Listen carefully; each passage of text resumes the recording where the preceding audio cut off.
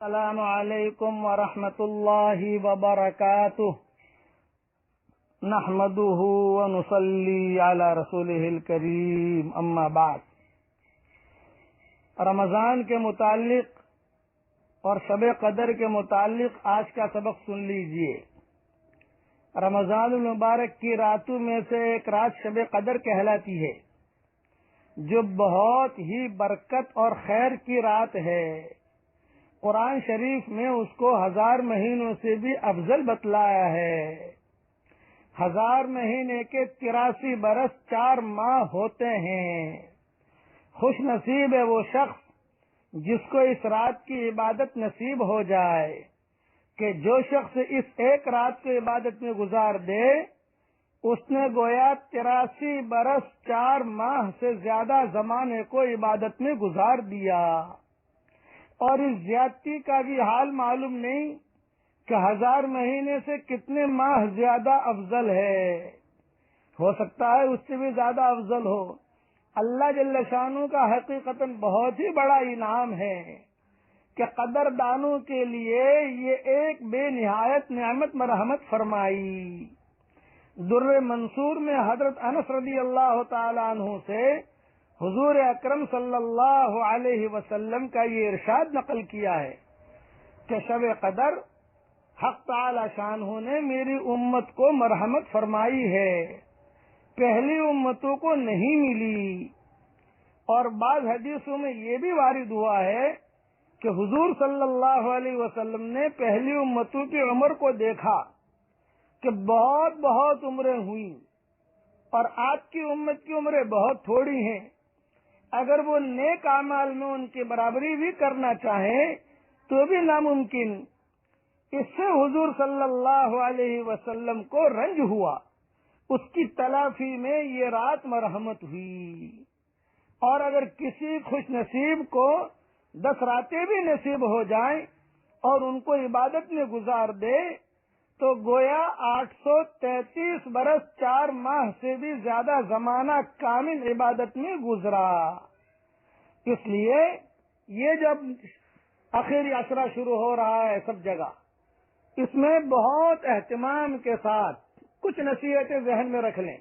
اگر جو ہے یہ آخری عشرے میں آدمی اعتکاف میں بیٹھ جائے مسجد میں تو یہ شب قدر اسے مل ہی جائے گی ہر حال میں۔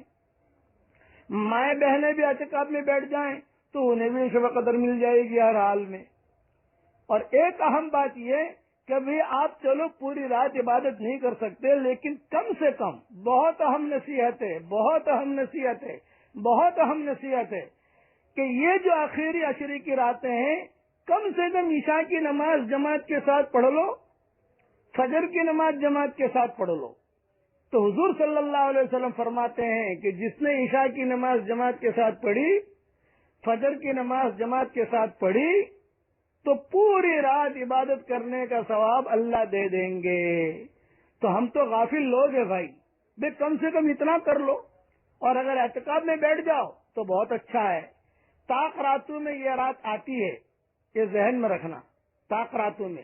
اب میں تو اپنے ساتھیوں کو یہ رائے دیتا ہوں کہ بھئی حرم شریف کی طاق رات ہوگی یا ہمارے ہندوستان پاکستان میں طاق رات نہیں ہوگی۔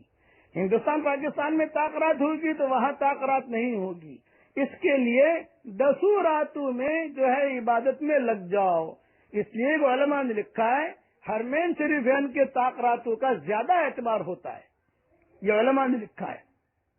ہمارے حضرت شیخ رحمت اللہ علیہ بھی فرماتے تھے کہ بھی حرمین شریفین کے طاق راتوں کا خیال رکھو، تو وہاں طاق رات ہوگی، یہاں نہیں ہوگی۔ یہاں ہندوستان میں طاق رات ہوگی، وہاں نہیں ہوگی۔ میں کہتا ہوں 10 راتیں عبادت میں گزار لو۔ اس لیے میری درخواست یہ ہے کہ اعتکاف میں بیٹھنے کی کوشش کریں، مائیں بہنیں بھی اعتکاف میں بیٹھنے کی کوشش کریں، اور جو آسانی سے آسان ہو سکے کم سے کم عبادت میں آدمی گزارے۔ یہ میری درخواست ہے۔ اور بہت کلمہ بہت پڑھو، استغفار بہت پڑھو، استغفار بہت کرو، امت کے لیے دعا بہت مانگو، اپنے لیے بہت دعا مانگو۔ 10 دن کی قربانی دے دو تو اللہ تعالیٰ بہت بڑا اجر دے گا۔ اللہ تعالیٰ ان راتوں کی قدر کرنے کی ہمیں توفیق عطا فرمائے۔ اور ایک دعا بہت مانگا کرو۔ حضرت عائشہ سے حضور صلی اللہ علیہ وسلم نے فرمایا تھا کہ اے عائشہ، جب بھی تجھے شب قدر ملے تو یہ دعا ضرور مانگنا، اللہم انکا عفو تحب العفو فاعف عنا، اے اللہ تو معاف کرنے والا ہے، اے اللہ معافی کو پسند کرتا ہے، تو ہمارے گناہوں کو معاف کر دے۔ یہ آخری عشرے میں یہ دعا بہت مانگتے رہنا، اللہم انکا عفو کریم تحب العفو فاعف عنا۔ کریم کا جملہ بھی بڑھا سکتے ہیں اس کے اندر تاکہ اس کا کرم شامل حال ہو جائے۔ اللہ تعالی ہم سب کو ان راتوں کی قدر کرنے کی توفیق عطا فرمائے۔ والسلام علیکم ورحمۃ اللہ وبرکاتہ، وآخر دعوانا ان الحمد للہ رب العالمین۔